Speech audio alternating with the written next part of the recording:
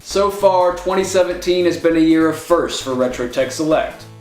Last episode I did my first top 12 list, and this episode I'd like to do a new video type. Okay, this is awkward. What are we looking at here?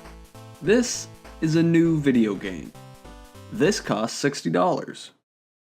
This is a pile of old video games.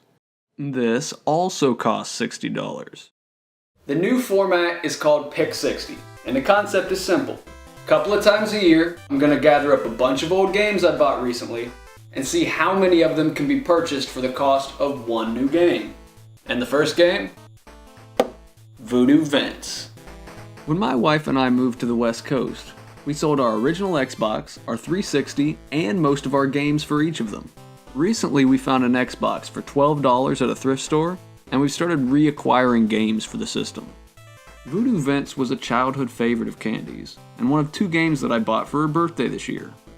After watching her play a few hours of the game, I'm definitely going to have to give this one a shot myself.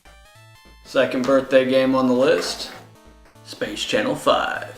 This is a wildly entertaining game to watch, but probably not one I'm going to do a full playthrough of. Space Channel 5 is a wacky rhythm game from Sega, and one of Candy's personal favorites. I think I'll leave this one to her.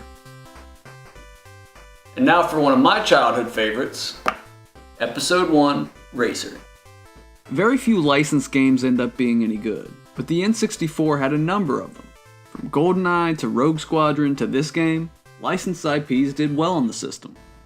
This Dreamcast port retains all the excitement of the N64 release, with a resolution bump to 480p. It's a new lap record! Next up, Forza Motorsports. My little brother had this game growing up, and being a GameCube man myself, I'll admit that this is one of the games that made me a little jealous of Xbox owners. In fact, Forza 2 was the second game I picked up after buying a 360. This original game is more difficult than the sequels. Looking at you, Forza 3. And it's refreshing to go back and play it today. Did I mention that I love the GameCube? The next title on this list is one that I never picked up when the system was new. Geist.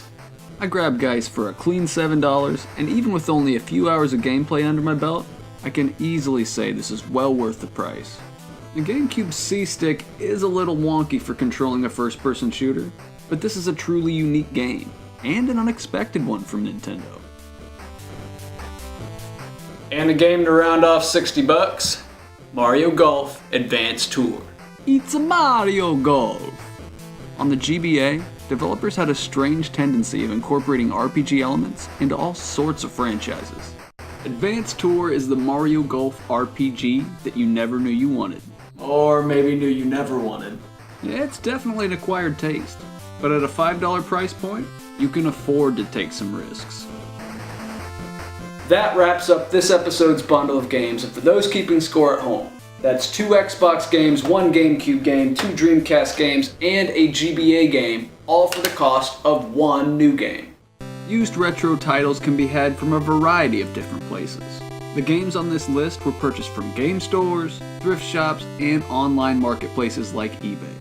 And whether you're buying online or getting lucky at a garage sale, you're almost certain to get more bang for your buck when you buy older software, rather than simply jumping for the newest releases. As always, it's been a pleasure, and I'll see you all on the next episode of Retro Tech Select.